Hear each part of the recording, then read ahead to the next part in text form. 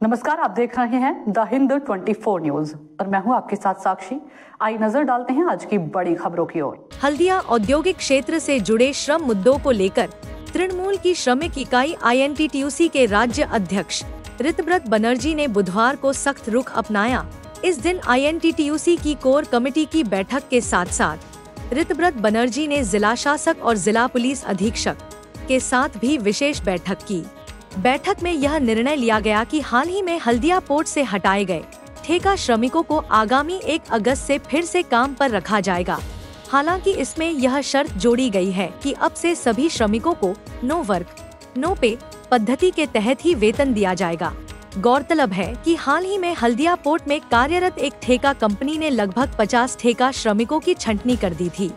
Company का तर्क था कि बंदरगाह में स्वचालित प्रणाली से माल लादने और उतारने का कार्य शुरू होने से श्रमिकों की आवश्यकता कम हो गई है, लेकिन श्रमिकों को पुनः रोजगार दिलाने के उद्देश्य से जिला प्रशासन, ठेका कंपनी और INTTUC की कोर कमेटी के बीच हुई त्रिपक्षीय बैठक में यह समाधान निकाला गया।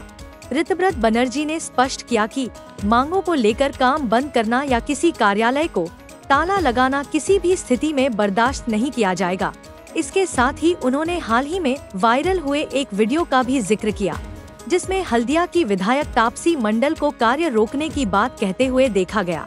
इस पर प्रतिक्रिया देते हुए ऋतव्रत बनर्जी ने कहा कि जनप्रतिनिधियों द्वारा इस तरह का व्यवहार अस्वीकार्य है और इसे किसी भी हालत में सहन नहीं किया जाएगा। मीटिंगे फलप्रसू आलोचना হয়েছে, যেটা ঠিক হয়েছে আপনারা দেখেছেন যে district magistrate, superintendent of police, জেলা সভাধিপতি, MLA, আমি সহ কোর কমিটির বাকি সদস্যরা সবাই ছিলাম। খুবই ফ্রুটফুল ডিসকাশন হয়েছে।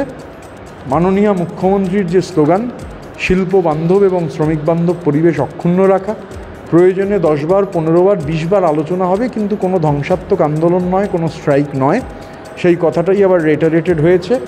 এবং শ্রমিক থাকলে যেমন শিল্প থাকবে, আবার যদি শিল্পও না থাকে তাহলে আবার শ্রমিক থাকবে না। এটা একটা মিউচুয়াল রিলেশন। এই অবস্থায় দাঁড়িয়ে যে কোম্পানিকে নিয়ে ওনারা ওদের তথ্য দিয়েছেন, সেই অবস্থায় আজকে ঠিক হয়েছে যে আগামী 1 অগাস্ট থেকে নো ওয়ার্ক নো পে বেসিসে কোম্পানি কাজ করবে। সেটা হলে তাহলে কারুর কাজ যাবে না।